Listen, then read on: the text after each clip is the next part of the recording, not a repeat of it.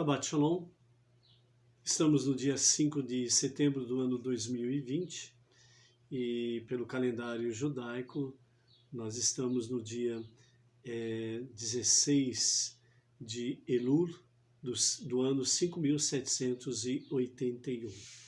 A paraxá nossa dessa semana é Kitavô, é a 50ª paraxá que encontra-se no livro de Devarim, a partir do capítulo 26, verso 1 em diante.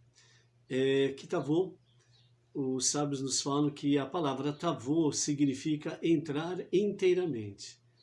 É por isso que o início da paraxá ela começa assim: e quando entrares a terra que o Eterno teu Deus te dá por herança, a herdares e nela habitares, tomarás das primícias de todo o fruto da terra que trouxeres da tua terra, que o Eterno teu Deus te está dando, e os porás num cesto e irás ao lugar que escolher o Eterno teu Deus para lhe fazer habitar seu nome.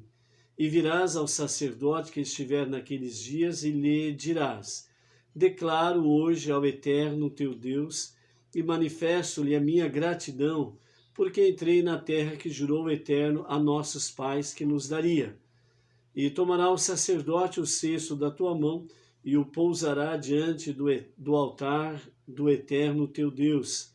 E falarás em voz alta e dirás diante do Eterno teu Deus: Lavã, o arameu, quis fazer perecer o meu pai, e esse desceu ao Egito e peregrinou ali com pouca gente, e ali veio a ser nação grande, forte e numerosa, e nos trataram mal os egípcios, nos afligiram e nos impuseram duros trabalhos.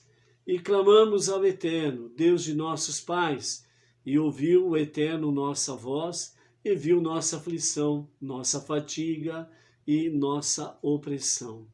E tirou-nos o Eterno do Egito com mão forte, com braço estendido e com grande temor, e com sinais e com milagres, e trouxe-nos a este lugar, e nos deu esta terra, terra que emana leite e mel, e eis que agora eu trouxe as primícias do fruto da terra, que me deste, ó Eterno, e pousarás o cesto diante do Eterno teu Deus, e te prostrarás diante do Eterno teu Deus, e te alegrarás com todo o bem que o Eterno teu Deus te tem dado, a ti e a tua casa, tu, o levita, e o peregrino que está no meio de ti.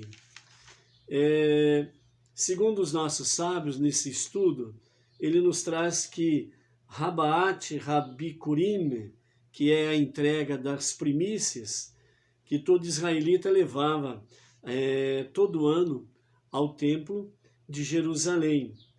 Na Mishnah, nos fala sobre esta passagem dizendo o seguinte, que essa cerimônia ela é relatada da seguinte forma: como eram separadas as primícias, o homem ia ao seu campo e via figos maduros, uvas maduras, romãs maduras, as marcava e as consagrava dizendo: sejam estas bikurim, ou seja, sejam estas as primícias.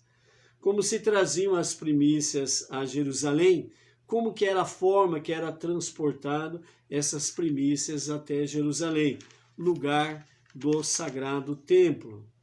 Então todas as aldeias da região reuniam-se na aldeia principal e ali dormiam nas ruas fora das moradas.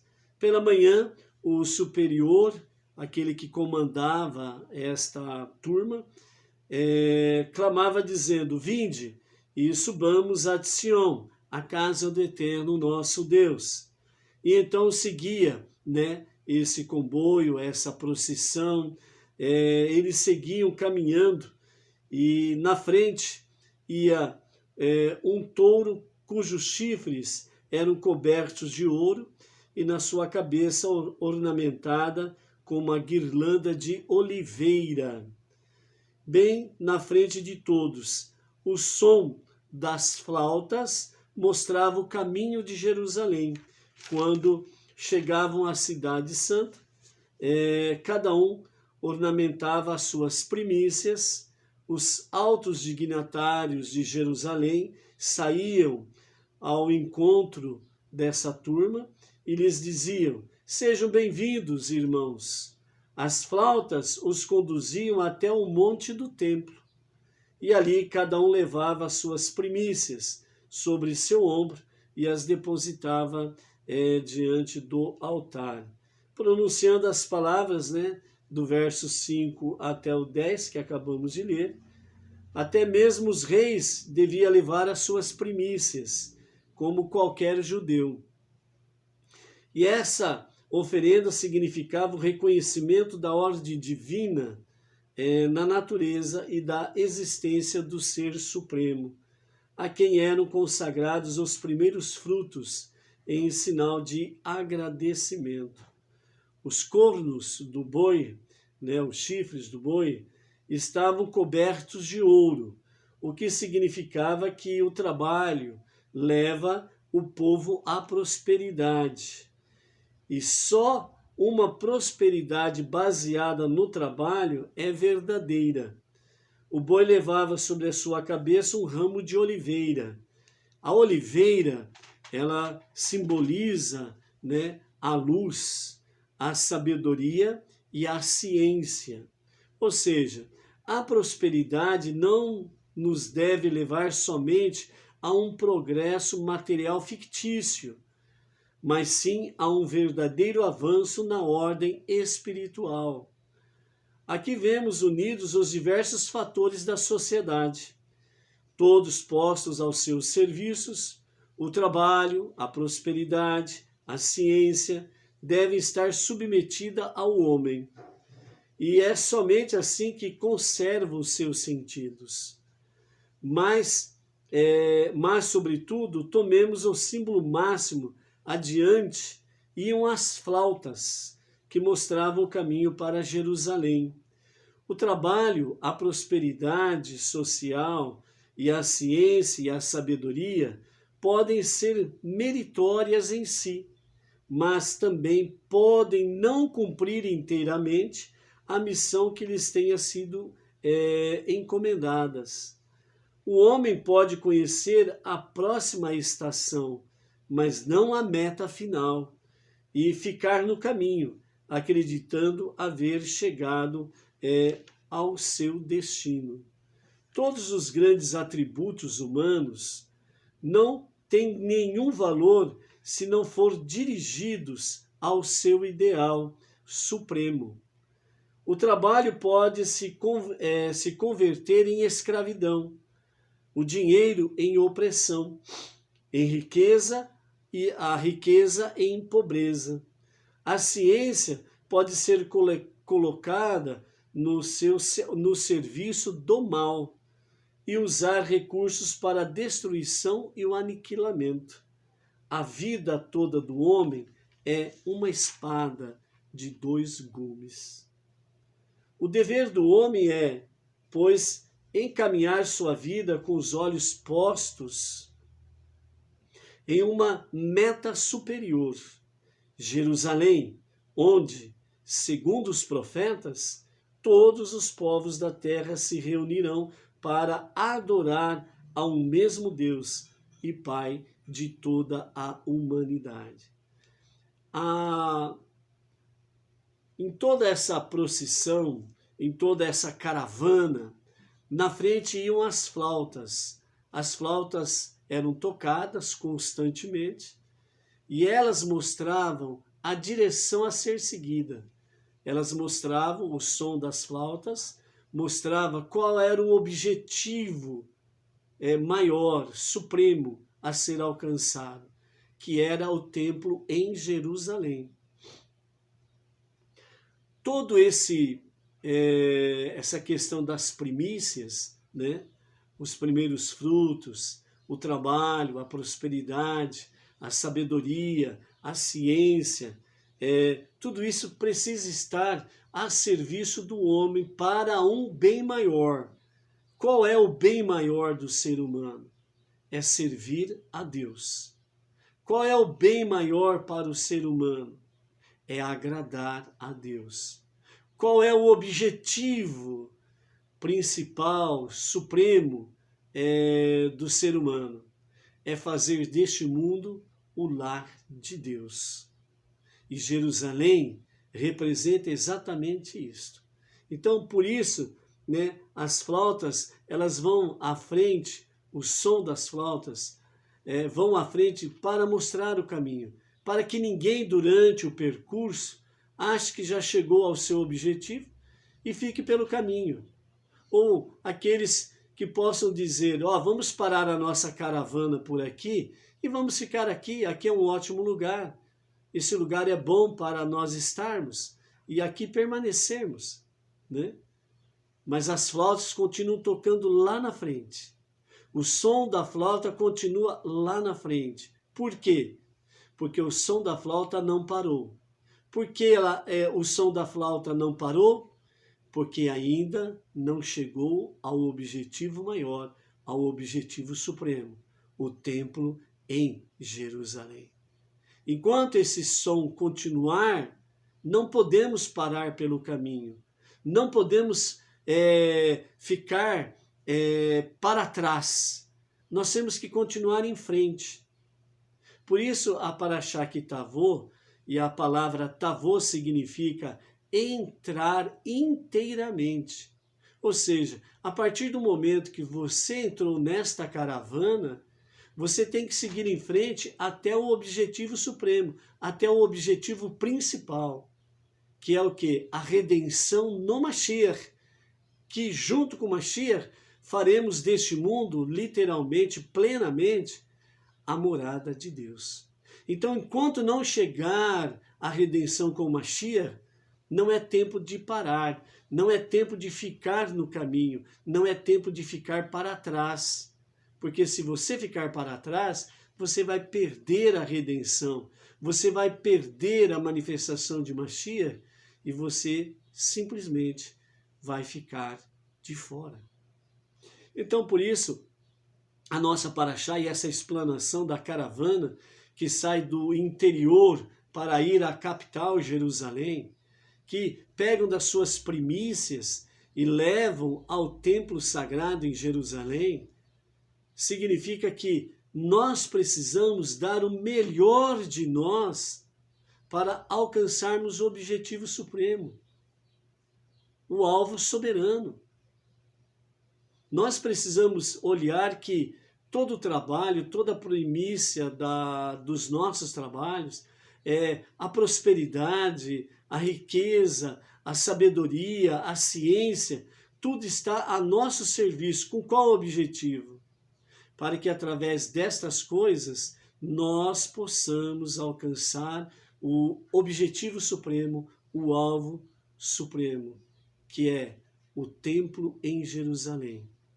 Hoje nós não temos o templo. O exílio judaico hoje continua, é uma realidade, apesar de, a partir de 14 de maio de 1948, quando os judeus retornaram para Eretz Israel, né, para a terra de Israel, cumprindo-se a profecia, né, de Ezequiel, que uma nação nasceu em um dia, e isso aconteceu em 14 de maio de 1948, os judeus retornaram para a sua terra. Mas o exílio continua. Por quê? Porque ainda entre as nações, há ainda judeus nas nações. O exílio ainda continua.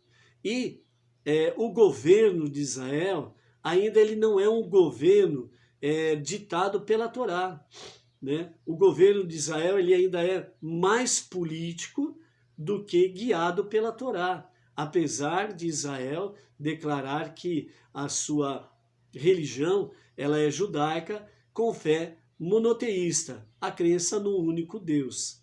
Mas Israel também está passando por um período de purificação, né? E na manifestação de Mashiach, que virá para reinar, então isso se completará plenamente, certo? Por isso que o profeta Isaías fala que de Sion de Jerusalém sairá a palavra da Torá para todas as nações. Então, através de Jerusalém, todas as nações aprenderão a fé no único Deus e aprenderão a Torá, os 5 primeiros livros da Bíblia, né? Então, os dias de Mashiach vão se cumprir as profecias em que os povos aprenderão a língua sagrada, o hebraico, né? E aprenderão o quê? Aquilo que é sagrado, aquilo que é puro. Para nós, não judeus, que vivemos essa fé monoteísta, um estilo de vida judaica, seguindo a direção e a orientação de um rabino, no nosso caso, né, nós estamos sob a liderança do rabino Yaakov Granstadit, do movimento Bnei Noach Brasil. E em todos os estados da nossa confederação, quase todos eles, temos comunidades Bnei Noach, que segue a Beit Chabad do Brooklyn, São Paulo, com a liderança do Rav Yaakov Granstadit. Dessa forma, nós estamos dentro do padrão da Torá, seguindo a direção, a orientação da Torá, com a liderança de um rabino do Chabad, um rabino ortodoxo. Então, estamos aprendendo no nosso dia a dia, realmente, a fé monoteísta, como ela é segundo a Torá. Mas nos dias de Mashiach, todas as nações deixarão os seus deuses e aprenderão corretamente a fé monoteísta. Por isso que o nosso movimento Bnei Noach é importante para as nações onde nós estamos, a nossa localidade, a nossa região, para que nós possamos fazer com que se cumpra aquilo que é ilustrado da seguinte forma em que os nossos sábios dizem: você num quarto escuro, ao acender uma pequena chama de uma vela, a escuridão, grande parte da escuridão se dissipa. E esta luz ela pode ser vista a muita distância, né? Por isso, por exemplo, quando você viaja à noite, e quando você está entre o percurso entre uma cidade e outra, há um grande campo, um grande espaço entre uma cidade e outra. E você normalmente, quando olha, você só vê escuridão. Mas quando você começa a se aproximar de alguma cidade, ou mesmo durante o percurso, onde há alguma fazenda, sítio ou algo semelhante, e ali existe uma lâmpada acesa, à distância você vê aquela luz. É isso que significa. Quando se acende uma pequena chama de uma vela, uma grande escuridão é dissipada. Aonde você vai, aonde você está, aonde você se faz presente, tendo esta fé monoteísta, você começa a dissipar uma grande escuridão espiritual daquele lugar. E as pessoas, elas começam a ter, sem sombra de dúvidas, uma grande liberdade espiritual para poder ver a luz que há em ti, que é a presença divina, e poderem ver que realmente, de uma forma mais livre, poderem entender, né, a fé no único Deus, que é indivisível, incorpóreo, né, que significa que Deus, o Eterno, Todo-Poderoso, ele não é 2, nem 3, e muito menos qualquer outra coisa, mais ainda subdividida, né? Ele é um, Echad, que significa um na sua essência. Por isso nada há fora de Deus. Ele é único, indivisível e incorpóreo, que significa também que Deus ele não se incorpora num corpo humano para se revelar aqui neste mundo, porque ele é Ein Sof, ou seja, ele é o infinito, ele é a luz infinita, né? Quando ele se revelou no Monte Sinai, Moisés, através de Moisés, Deus falou ao povo: vocês não viram nenhuma imagem, não viram absolutamente nada neste sentido. O que vocês viram e ouviram foram nuvens, relâmpagos, fogo, terremoto e grandes abalos. Estes sinais mostraram a Shekhinah, a presença divina naquele lugar. Mas essa presença divina, segundo os sábios, ela passou por 10 filtros antes de chegar aqui neste mundo. Porque Deus, como Ein Sof, ou infinito, ele não pode se revelar neste mundo, neste mundo, porque se ele se revelar como ele o é, todo o universo se dissipa. Por quê? Porque o universo está em Deus. Mas no universo, no nosso planeta, não é o lugar de Deus para ele se manifestar plenamente como está antes da redenção. Somente depois da redenção, com Mashiach reinando e preparando todo o mundo, todo o universo para realmente ser o lar de Deus, então aí Deus ele vai se manifestar de uma forma mais ampla. Por enquanto, ele vem através das 10 sefirot, são filtros, né? A cabeça da sefirot é Keter, que significa coroa, né? Reinado. E o último filtro embaixo é Malchut, o reino, é onde nós habitamos. Dessa forma, esses filtros, ele vem para nós entendermos, ele vem se refinando para poder se manifestar neste mundo como Shekhinah, a presença divina, né? Então, por isso, dentro desse escopo, né, nós temos aí essa questão toda. Tudo isto precisa estar a serviço do ser humano para podermos nos prepararmos adequadamente para a manifestação de Mashiach, o seu reinado, e na plenitude do seu reinado, então nós teremos esta graça de realmente o mundo ser transformado no lar de Deus. Então, por isso que nós temos nessa Parashá Kitavô, que significa entrar inteiramente, nós não podemos deixar nenhum pedaço para trás, o modo de dizer. Ou seja, eu aceito esta fé, creio nela, e é isso que vai me seguir a minha vida, é isso que vai seguir o meu cotidiano.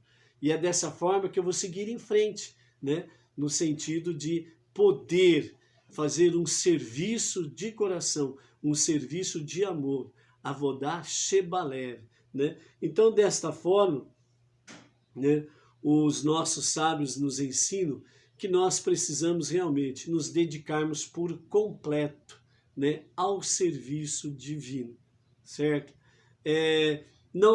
Não é a riqueza, a prosperidade ou a falta dela, não é a ciência, a sabedoria e coisas semelhantes a estas, né, que tem que ser o meu norte. Isso tudo tem que ser o meu auxílio para poder chegar ao objetivo supremo, ao objetivo fundamental. Por isso o som das flautas, ela segue na frente, certo? É o som de louvor a Deus, é o som de adoração a Deus, né? Que nós precisamos seguir. E nós seguimos através de que forma? Através dos ensinamentos dos nossos sábios do passado, dos nossos sábios da atualidade, que são os rabinos, né, que nos levam a conhecer cada vez mais esta realidade espiritual e verdadeira. Então, a nossa meta superior é Jerusalém. Não é Roma, não é Meca, não é outra cidade. A nossa meta superior, a nossa meta suprema é Jerusalém, que é o lugar onde Deus escolheu para ser erguido o templo e ali poder realmente ser prestada a Ele toda a adoração. Como hoje nós não temos o templo em Jerusalém, somente o chamado Muro das Lamentações, que ficou conhecido entre as nações, mas é o Kotel, o Muro Oriental. Então, os sábios nos falam que em todo e qualquer lugar do mundo inteiro, realmente nós podemos fazer um mini tabernáculo, um mini templo, onde se faz escola de estudos, onde há escolas de estudos, onde a pessoa reúne na sua casa ou um lugar mais amplos para reunir pessoas e estudar a Torá. Então é um mini templo. E as sinagogas que existem hoje, através entre as nações, são os mini templos que existem por aí também, né? Então, esta é a possibilidade que Deus permitiu chegar até nós para que nós possamos ser um mini templo e possamos dessa forma termos a Shekhinah, a presença divina entre nós, e através do estudo da Torá possamos assim realmente nos dirigirmos ao serviço a Deus de coração e de amor. E os sábios dizem que todo não-judeu que realmente abraça a fé monoteísta, seguindo um estilo de vida judaico, com uma orientação rabínica, e estudando a Torá, ele é comparado ao Kohen Gadol, ao supremo sacerdote, né? O grande sacerdote em Jerusalém. Dessa forma, o judeu em si ele não pode ser comparado ao Kohen Gadol. Mas o não-judeu que abraça a fé monoteísta e se dedica a estudar a Torá, seguindo uma orientação rabínica, ele é comparado ao Kohen Gadol, né? O grande sacerdote do templo sagrado de Jerusalém. Então, para Deus, o não-judeu que faz isto tem um valor inestimável, né? Deus se alegra disso, ele ama muito os que o fazem e ele faz preparar o seu caminhar para que, junto com os judeus, ele tenha direito ao Olam Rabá, a vinda vindoura, no mundo vindouro, né? A vida eterna junto com os judeus num serviço eterno, prestando a Deus uma adoração real e verdadeira, né? Então, por isso, né, Israel, ele é realmente o nosso norte para nos direcionarmos nessa direção ao templo sagrado. Então, os judeus praticantes da Torá, no caso específico o Rabad, né, os rabinos do Rabad, são essas flautas que estão diante de nós, mostrando o caminho para Jerusalém. Então, que você, eu, nós possamos tomar essas decisões acertadas à luz da Torá, à luz dos olhos do Eterno, e seguirmos em direção a Jerusalém. E a redenção de Mashiach, que ele, somente ele, poderá reconstruir o terceiro e definitivo templo, né? Quando Mashiach se manifestar, essa reconstrução será real, os judeus do mundo inteiro sairão das nações e convergirão todos para Israel, para Jerusalém, certo? E aí então inicia-se o período da redenção sob o governo de Mashiach. E aí as nações também, através de Jerusalém, através de Israel, através dos sacerdotes, do Kohen Gadol, através dos judeus estudiosos, né, os sábios do povo judeu, todas as nações aprenderão plenamente, né, o que nós conhecemos agora, o que vamos conhecendo até a manifestação de Mashiach, ainda é muito pouco diante daquilo que será revelado nos dias de Mashiach. Então, no momento, não perca a oportunidade, aproveite a oportunidade que Deus está te dando de conhecer a fé monoteísta através do movimento Bnei Noach Brasil, no caso nosso específico, Kurav Yaakov Geranstadid, ok? E aqueles que assim o querem fazer, tem aí o nosso canal no YouTube, né? Temos a nossa página no Facebook, Bnei Noach Bauru e região, temos o site beneinoor.org.br, né? E ali você tem contato com a nossa sede em São Paulo, no Brooklyn, e também com o nosso rabino e os demais rabinos que estão juntamente com o nosso Rav Yaakov, auxiliando nesta jornada Benei Noar. Ok?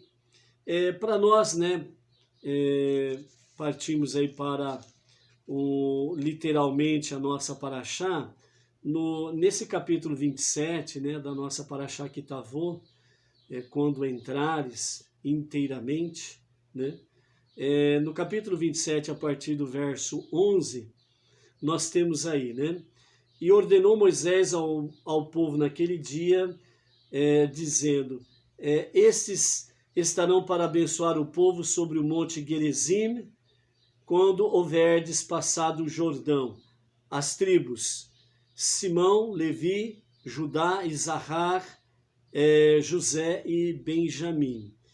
E esses estarão para dar a maldição no monte Ebal, as tribos de Ruben, Gade, Asher, Zebulun, Dan e Naphtali. E levantarão a voz os levitas, e dirão a todos os homens de Israel em voz alta, né? Aí, nessa primeira parte aqui, nós temos, né, a partir do versículo 15 até o versículo 26, nós temos aí as maldições que estão sendo relatadas aqui pelos levitas. Quem são os levitas? Os sacerdotes, né? Infelizmente, por falta de ensinamento correto e por falta da visão correta, muitos movimentos religiosos por aí dizem que levitas são os cantores, as bandas, né, os grupos de louvores, etc. e tal, né? Mas biblicamente não é correto, esse ensinamento está errado, porque levita é aquele que nasce da tribo de Levi e, portanto, é um sacerdote, né? É um sacerdote, né? Eles cantavam, etc. e tal, sim, não resta dúvidas, mas levitas são aqueles que são nascidos da descendência de Levi, portanto, são descendentes dos sacerdotes, né? Então, qualquer outra coisa que se fale fora disso está fora da realidade bíblica da Torá.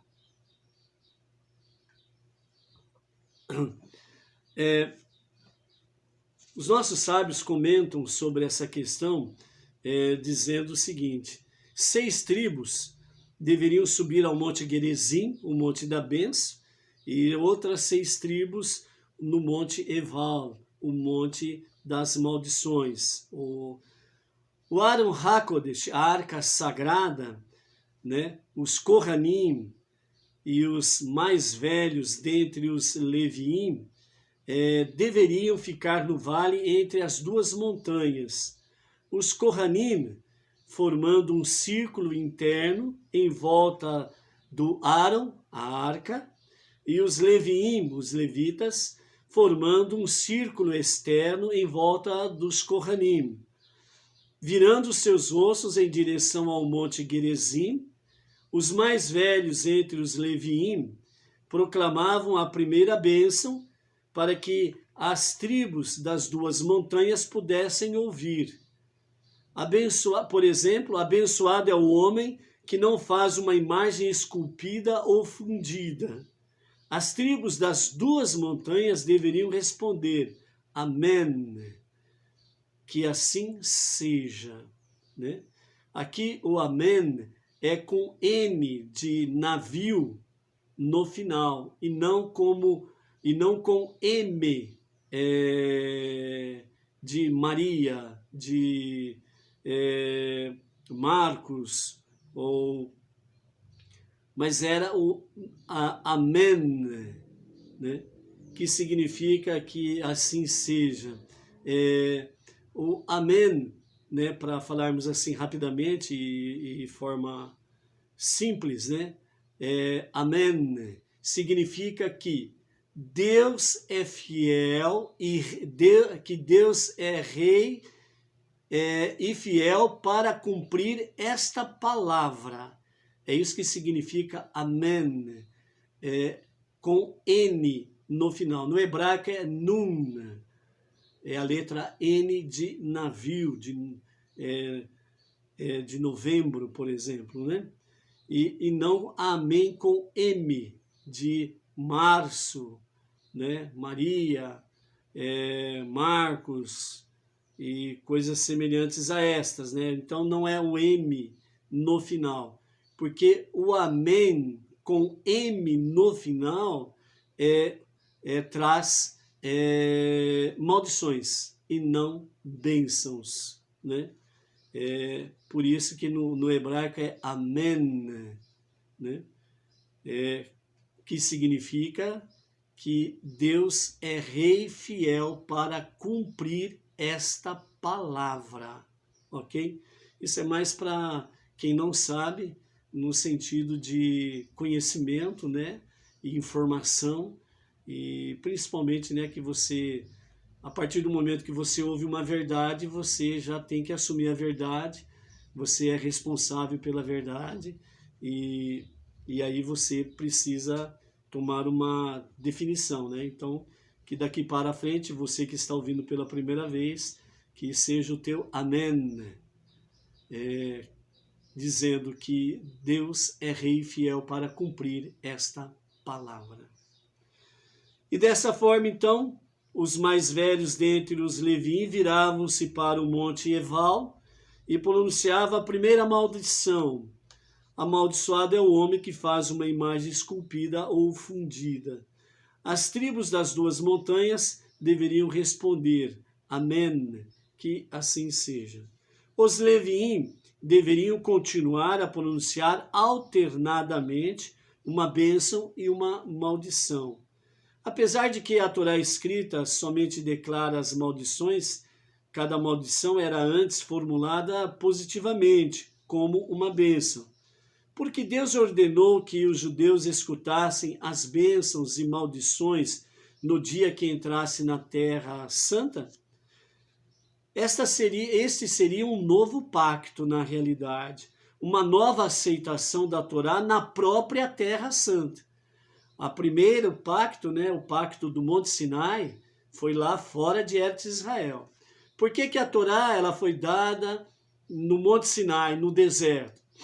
Significando que a Torá ela é para todos. Os 5 primeiros livros da Bíblia, ela é para todos. Ninguém tem a posse peculiar, particular para si.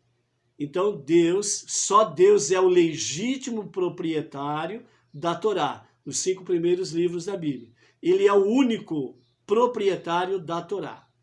E ele, como proprietário da Torá, ele como idealizador da Torá, ele como o inspirador da Torá, então ele como dono supremo da Torá, ele reparte esta dádiva, ele reparte esse presente. E ele fez no Monte Sinai.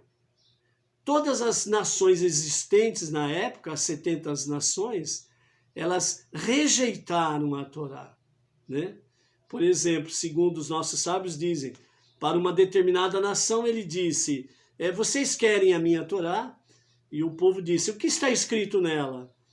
E aí Deus respondeu, lá está escrito que não é para adulterar e nem praticar sexo ilícito. E aquela nação disse, mas a gente vive disso? Não, nós não queremos a Torá, não. Para outra nação, né, um segundo exemplo, ele disse, quereis a minha Torá?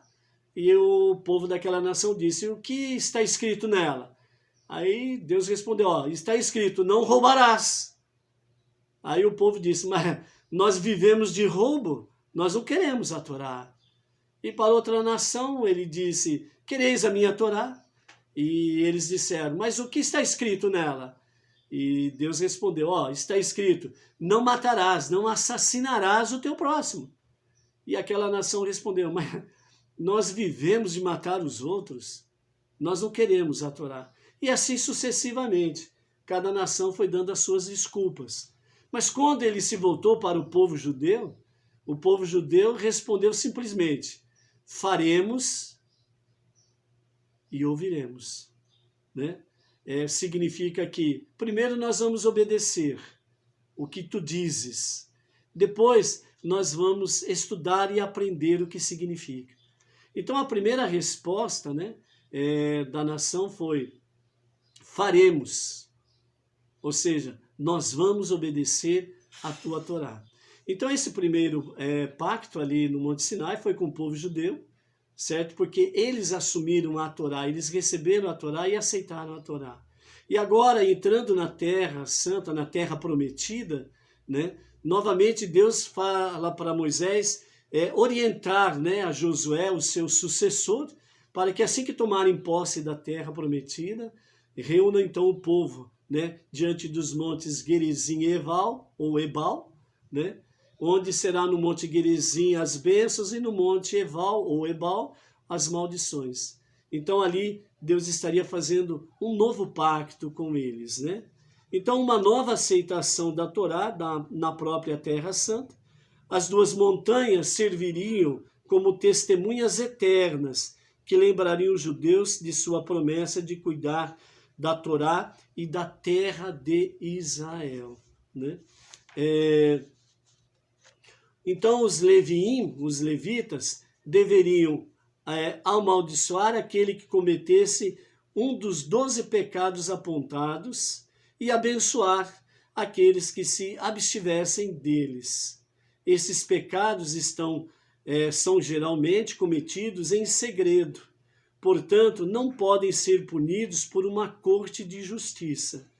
Então, os nossos sábios trazem a relação destas bênçãos e maldições da seguinte forma, para que nós possamos aprender realmente por que esses pecados que são geralmente cometidos em segredo e uma corte normal não pode puni-los, né? Mas sim o tribunal celestial. Então, a partir desse momento, nós vamos repassar a você o que os sábios trazem no sentido de nós aprendermos corretamente o que é bênção e o que é maldição. Então vamos lá. Lembrando que na Torá escrita traz a relação maldição por completo e depois bênção por completo, né? Mas os sábios falam que naquele dia era feito de forma alternada, uma bênção, uma maldição, uma bênção e uma maldição. Por que isso? Porque elas têm correlação em si, certo? Então, a bênção número 1 tem relação com a maldição número 1, e assim sucessivamente. E você vai entender de forma mais clara a partir desse momento aqui. Então vamos lá. Lembrando, né, que a relação que nós temos, né, que a Torá escrita atrás, né, se refere os 12 não e os 12 sim, no sentido de bênção e maldição. Então vamos lá. Abençoado seja o homem que não molda secretamente uma imagem de idolatria. Amaldiçoado seja aquele que o faz, certo? Ou seja, abençoado é aquele que não faz em secreto uma imagem de idolatria. Por que em secreto? Porque antes de se apresentar a imagem de idolatria, ela é feita em segredo. Ela é feita lá às escondidas, depois é revelada, né? Como diz o profeta Jeremias, né? O lenhador vai até o bosque, ele corta o madeiro, uma parte ele faz fogueira e uma outra parte ele molda um ídolo, né? E depois pega aquele ídolo que ele montou, que ele fez, né? E vende como se fosse um deus, certo? Só que todo o restante da madeira, ela foi usada para outras finalidades, o fogo, ou coisa semelhante, ou construir algum objeto, etc. e tal, e pegou um pedaço da própria madeira e fez, né? Assim também todos os demais objetos, seja ele de madeira, de cobre, de ouro, né, de gesso e por aí afora vai, né? é o mesmo sentido. Então, abençoado seja o homem que não molda, né, secretamente uma imagem de idolatria. Do outro lado, amaldiçoado seja aquele que o faz. Abençoado seja o homem que não despreza seu pai e sua mãe. Amaldiçoado seja aquele que despreza seu pai e sua mãe. É um pecado que normalmente não, praticamente quase que 100%, né? Ele é frequentemente feito em segredo dentro da família, das quatro paredes, o modo de dizer, dentro da família, dentro da casa, né? Porque quando quando um filho, né, ele externa fora de casa o desprezo a pai e mãe, imagina o que acontece dentro da casa, imagina o que acontece dentro do lar, o que esses pais sofrem na mão desses filhos. Então, abençoado seja o homem, os filhos, que não desprezam seu pai e sua mãe. Amaldiçoados sejam aqueles que o fazem. Abençoado seja o homem que não move a demarcação de fronteira do seu vizinho, porque secretamente ele rouba uma porção da terra que não lhe pertence, pertence ao seu vizinho. Amaldiçoado seja aquele que o faz, né? Isso daí se refere muito à construção também, né? Nas cidades, né? Na região urbana, né? As pessoas, elas vão construir o seu muro e tem gente que vai construir o muro e constrói o muro mais para o lado do vizinho, portanto, ele rouba alguns centímetros de terreno do seu vizinho, né? E aumenta a sua porção ali de espaço, né? Então, na cidade também tem como roubar, né, a demarcação do seu vizinho, né? Abençoado seja o homem que não induz o cego a errar no seu caminho, né?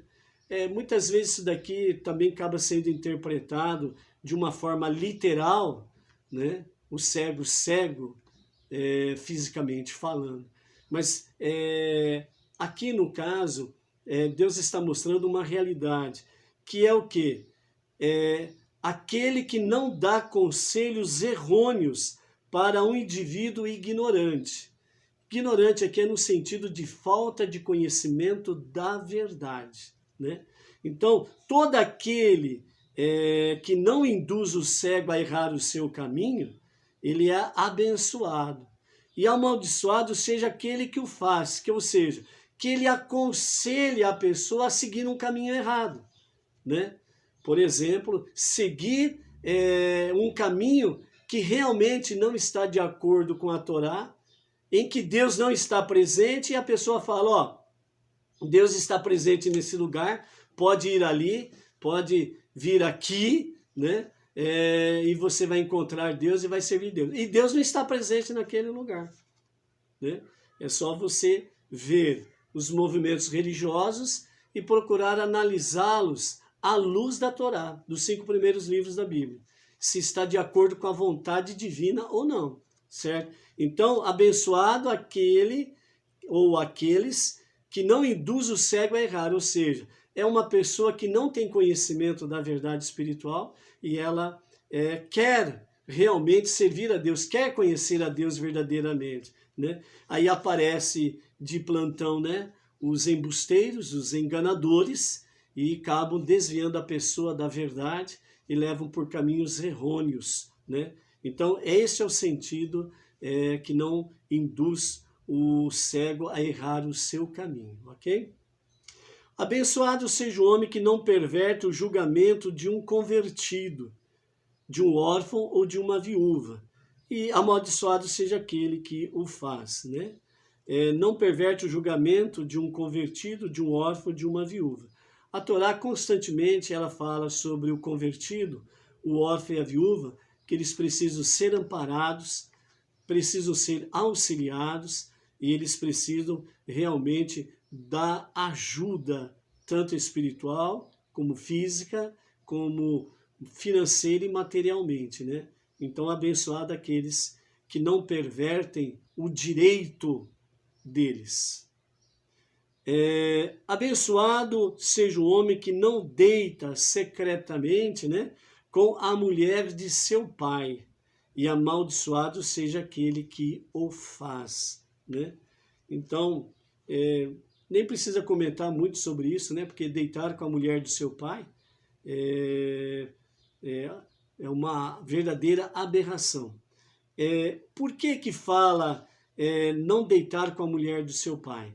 Porque às vezes a mulher do seu pai não é a tua mãe.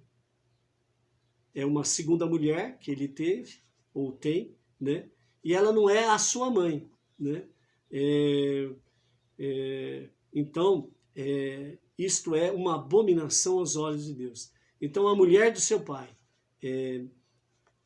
abençoado é aquele que não se deita com a mulher do seu pai, e amaldiçoado é aquele que o faz. Abençoado seja o homem que não deita secretamente com um animal, e amaldiçoado seja aquele que o faz.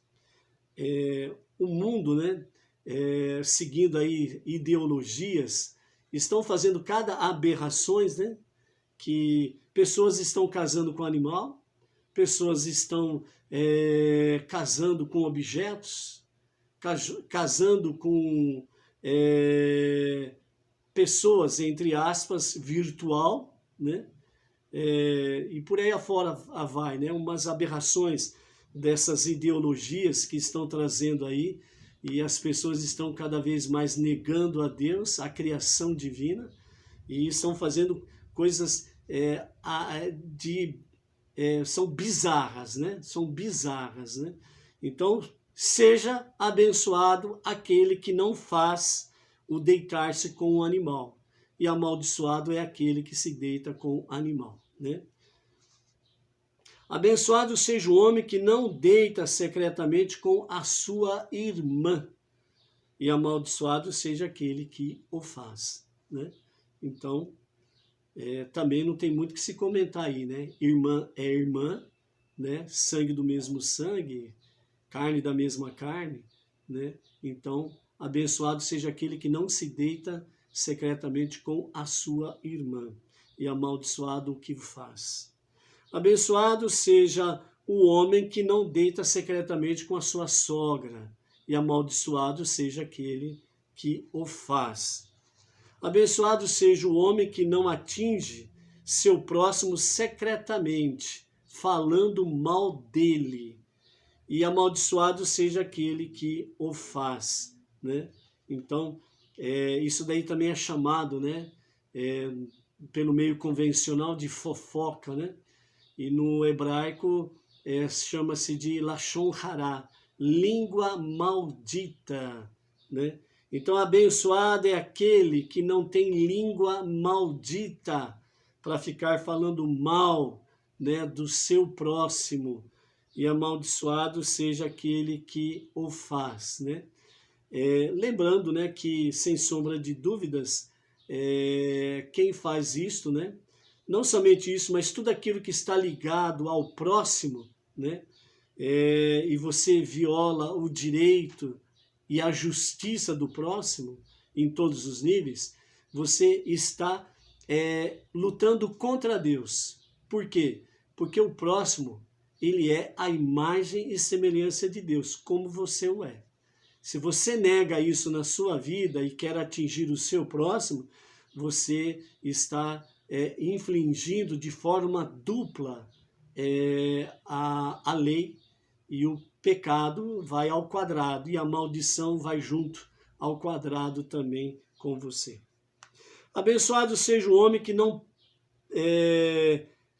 não pega suborno ou qualquer outro ganho financeiro para matar um inocente, e amaldiçoado seja aquele que o faz, né? Então, todo e qualquer, né, suborno para matar um inocente, né, ela é maldição diante dos olhos de Deus. Por quê? Porque você não pode assassinar uma pessoa, né? E a última bênção, né, diz assim: abençoado seja o homem que cumpre todas as palavras da Torá, e amaldiçoado seja aquele que não o faz, né? Nós temos aí estas bênçãos e maldições que estão no capítulo 27 de Devarim, Deuteronômio, a partir do versículo 11 até o versículo 26. Temos ainda semelhante no capítulo 28, né, que vai por todo o capítulo falando também a respeito destas coisas, de forma bem marcante, né? E nessa última passagem aqui, a última bênção e maldição, ela é abrangente, ela é geral. Moshe abençoou o judeu que aceita a Torá sobre si e amaldiçoou aquele que não o faz. O povo deveria responder amém depois de cada bênção ou maldição, né? Então, essa última aqui, que cumpre todas as palavras da Torá, é tudo aquilo que está escrito dentro dos 5 livros da Torá, os 5 primeiros livros da Bíblia, né? Há coisas específicas para o povo judeu e outras coisas que são abrangentes para todas as nações, entre elas as 7 leis de Noé e as suas 66 ramificações, né?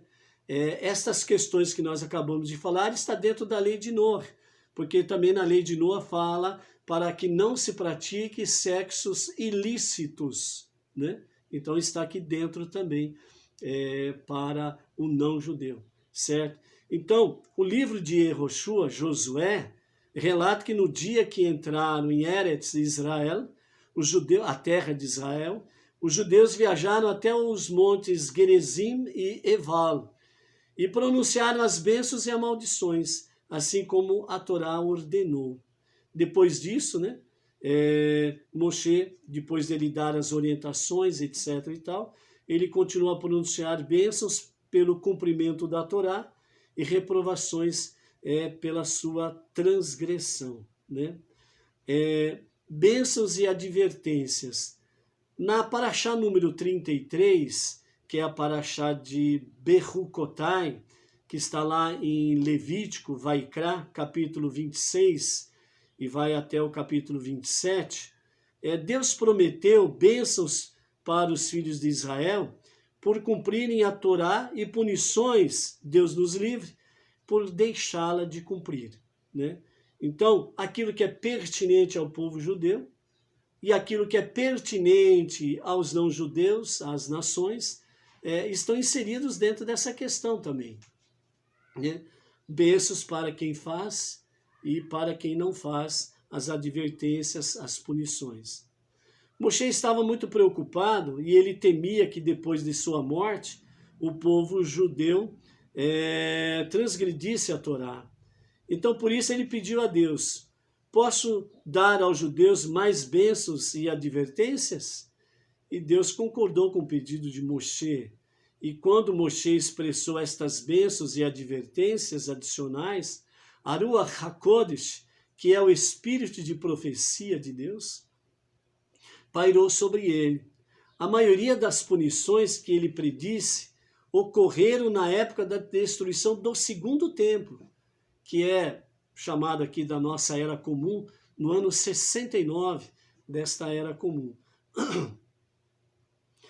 Assim como as bênçãos não são a recompensa final pelo cumprimento da Torá, assim como também as maldições não são a punição final pela violação destas.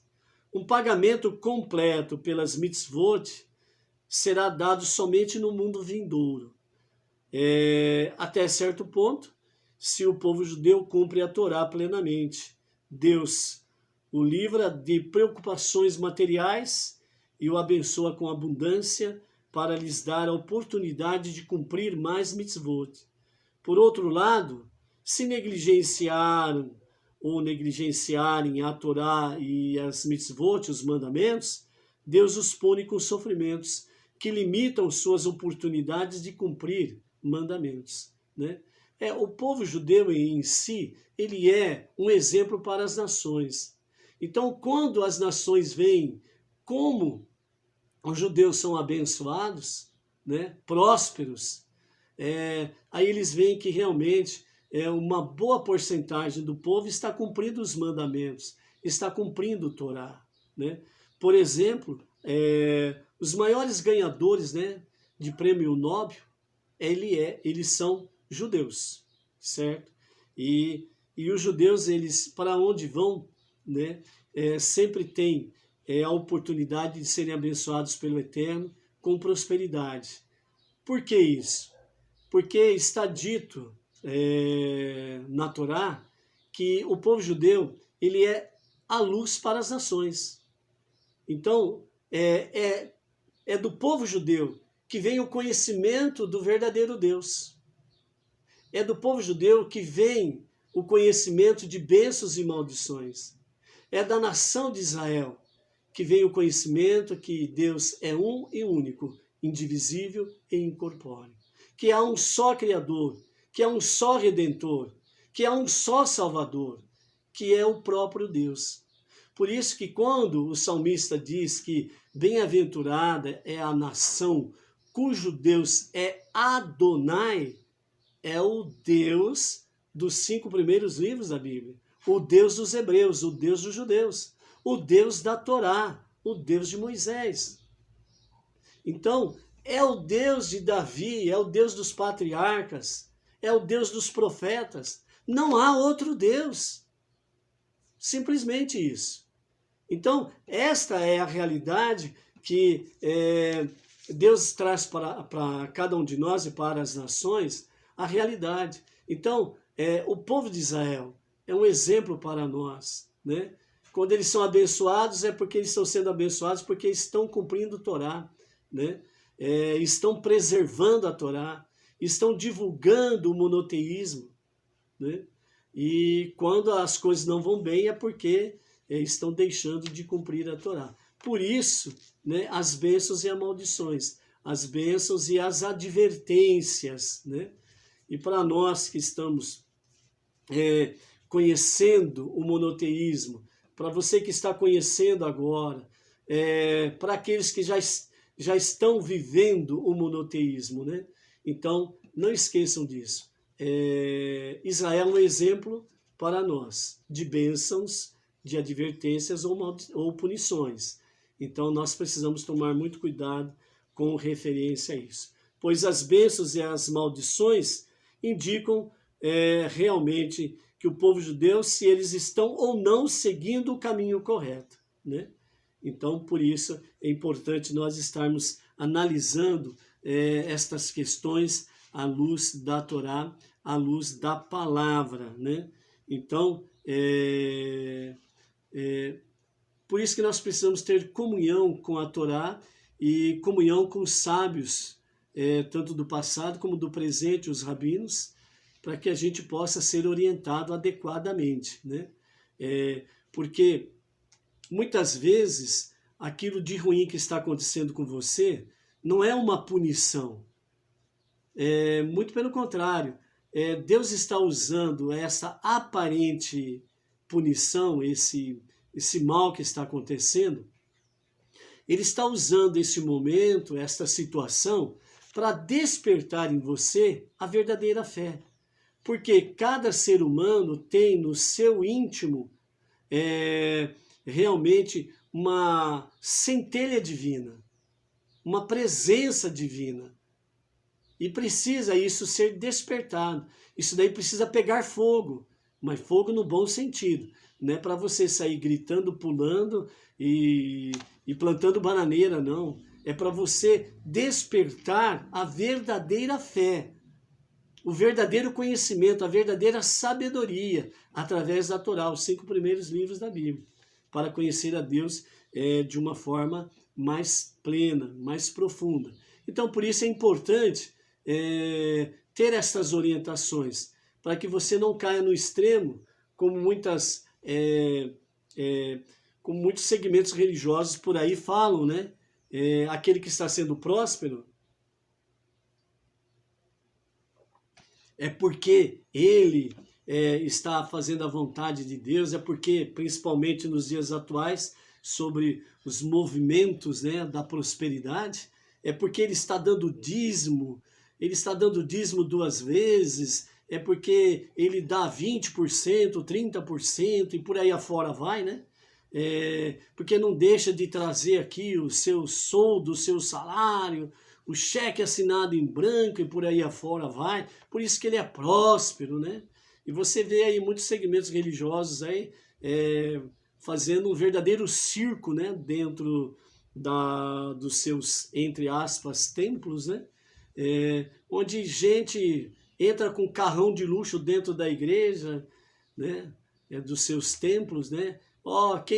Quem trouxer aqui a sua oferta de R$ 100 para cima, por exemplo, né? E colocar a mão no carro, ele vai ter um carro nesse ano, por aí afora vai, né? Tem aqueles outros, né, que falam sobre a prosperidade da caneta ungida, né?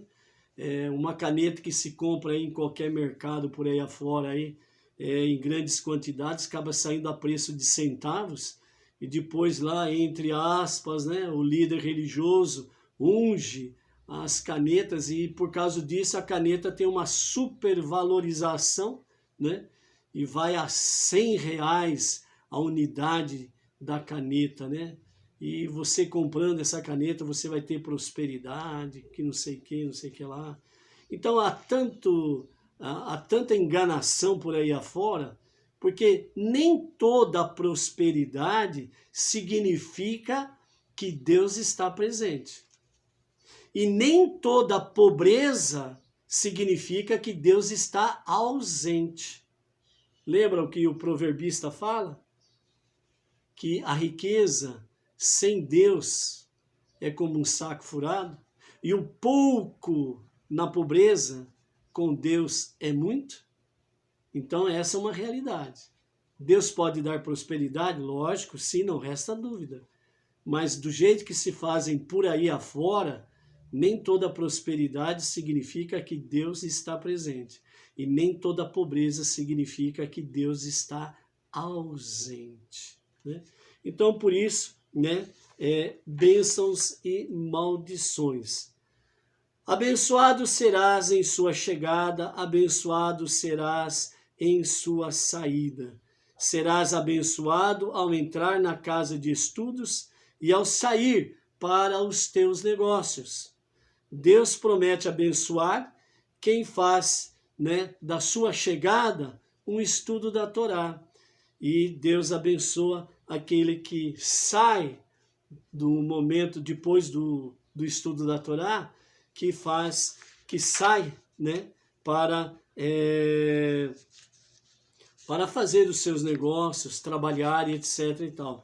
Então, ele vai fazer com que haja prosperidade para estes, né? Então, por isso, kitavô, que significa quando entrares inteiramente, certo? Ou seja, ou você é inteiramente de Deus, ou você pertence ao açougueiro, um Deus que esquarteja as pessoas, metade do coração, metade do braço, metade do corpo e por aí afora vai. Ou seja, é um Deus açougueiro que se pregam por aí, dizendo meias verdades e meias mentiras. Esse é o Deus açougueiro que se prega por aí.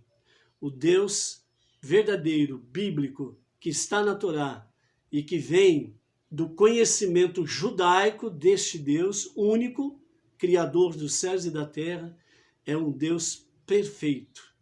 E Ele quer que nós estejamos aí no nosso dia a dia, aperfeiçoando o nosso serviço para Ele. Kitavô, quando entrares por completo, por inteiro, não por pedaços, metades. Ou seja, procure conhecer melhor a Deus. Procure conhecer aonde realmente fala-se a verdade divina, com raiz judaica, com orientação rabínica, e aprenda realmente a servir a Deus. Avodah Shebalev, serviço do coração, serviço de amor. que você possa buscar essa verdade e não deixe esta voz que está no seu interior, que é a centelha divina, que está dizendo a ti: eu quero conhecer Deus, eu quero conhecer o Deus perfeito, o Deus verdadeiro. Não apague esta voz dentro de você e realmente procure o bom caminho. Shalom, shalom. Até a próxima.